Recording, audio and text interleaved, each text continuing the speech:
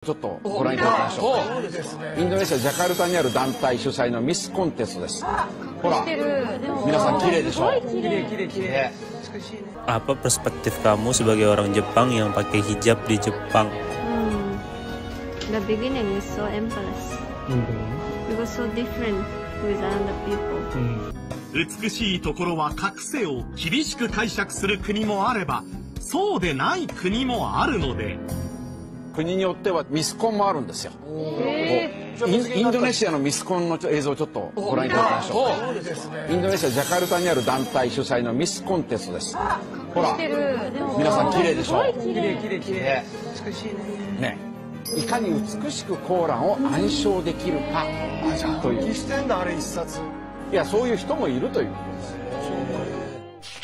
Salah satu stasiun televisi terkenal di Jepang menayangkan sebuah program yang membahas tentang Islam dan cara berpakaian wanita muslimah. Dalam tayangan itu, Jepang menyoroti bagaimana Islam memiliki aturan berpakaian yang bukan sekadar tradisi, melainkan juga bentuk penghormatan terhadap diri dan nilai kesopanan. Menariknya, Indonesia disebut secara khusus sebagai contoh negara dengan penerapan busana muslim yang indah dan beragam, namun tetap menjaga nilai-nilai keislaman. Para pembawa acara di Jepang bahkan menampilkan potret para wanita berhijab dari Indonesia, yang terlihat anggun, modern, dan penuh kepercayaan diri. Mereka juga menyoroti ajang Miss Hijab Internasional, yang pernah diikuti oleh banyak wanita muslimah dari berbagai negara. Dan Indonesia menjadi salah satu negara yang paling berpengaruh dalam ajang tersebut. Melalui ajang ini, dunia melihat bahwa berhijab bukanlah penghalang bagi perempuan untuk berprestasi, tampil percaya diri, dan tetap menjaga identitas mereka sebagai muslimah. Awalnya bintang tamu warga asli Jepang dan juga pemerhati Islam di sana memperkenalkan tentang Islam dan Muhammad sebagai nabi penerima wahyu dari Allah pada umat Islam dan juga sebagai nabi terakhir dalam Islam.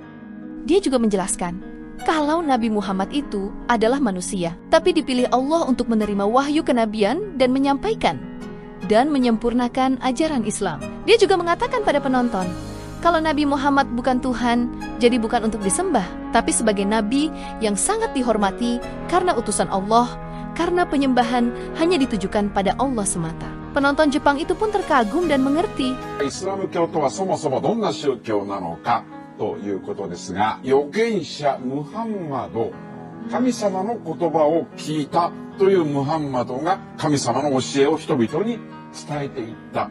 これがイスラム教。ムハンマドは実在の人だった。はい、そうですね。西暦610年頃、ムハンマドが神様の言葉を聞いたところからイスラム教は始まります。ムハンマドってイエス・キリストみたいな人？そうではないんです。イエスというのはキリスト教においては神様の子、神様のような存在になるのに対してムハンマドはあくまで人間なんです。神様ではない。だからイスラム教ではムハンマドを拝んではいけないんです。ただし神様から選ばれた人間だということで人々は尊敬してるんですね。尊敬はしてるけどムハンマドの像を作ったりそれに拝んだりすることはしない。ムハンマドが聞いた神の言葉をまとめたのが聖典コーラン。Lalu penonton pun bertanya, bagaimana dengan sholat dalam Islam dan bagaimana dengan puasa dalam Islam? Orang Jepang itu pun menjelaskan kalau sholat dan puasa adalah kewajiban karena masuk dalam rukun Islam. 5つの義務。イスラム教徒は日々の生活で5つの義務がきっちり決められていて、この世に神様アラーの他に神はいないよと自分の信仰を告白することや、1日5回の神様へのお祈り、一生に一度はイスラム教の聖地メッカに行こうなどがあります。さらにこんなことを義務付けられていて、それから寄捨、これが要するに寄付ですよね。富める者は貧しい者に分け与えなさいよということです。イスラム教徒が寄付しやすいようにこんなものも。寄付をするための箱というのがあちこちにあります。例えば、交差点にあったりするわけですね。あ、ここに箱があるからってそこに入れたりするわけ。それから、年に1ヶ月間断食、ラマダンと言いますね。この1ヶ月間は日の出から日の入りまで、一切食べたり飲んだりしてはいけない。さあ、断食中に太ってしまう人が結構いるんですが、どうしてでしょうか。太ってしまう。はい。その日の入りから日の出から日の入りまでが食べてはいけないということで、はい、日が出ていないうちにすごい暴飲暴食してしまう。その通りです。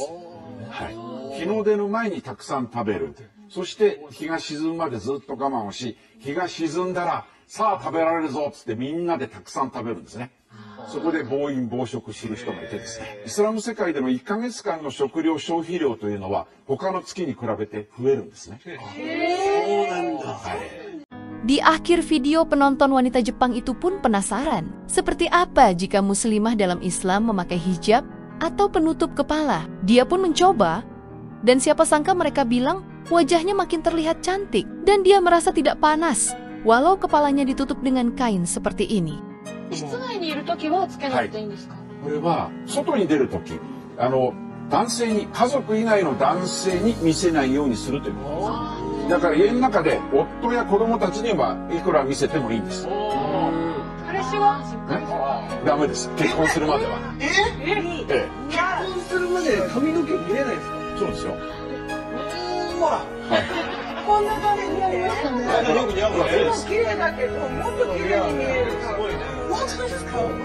でもこれ思ってたより軽くて肌触りもいいので気持ちいいですね。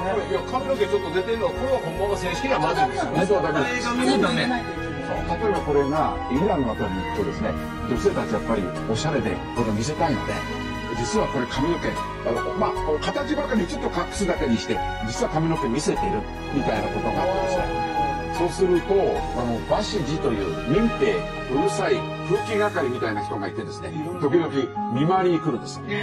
そうすると慌ててこう引っ張ってちょっと髪を隠すみたいな。Seorang tiktokers Indonesia yang menikahi wanita Jepang, kini istrinya makin paham kenapa Islam itu menyuruh wanita menutup aurat. Semua itu ia lakukan karena imannya yang semakin bisa menerima. Saya, apa perspektif kamu sebagai orang Jepang yang pakai hijab di Jepang? The beginning is so embarrassed because so different with other people. But gradually, if someone's iman is getting higher, they care about more Allah, not other people. Then, wearing hijab. Alhamdulillah. Inshallah. Jahannam ya.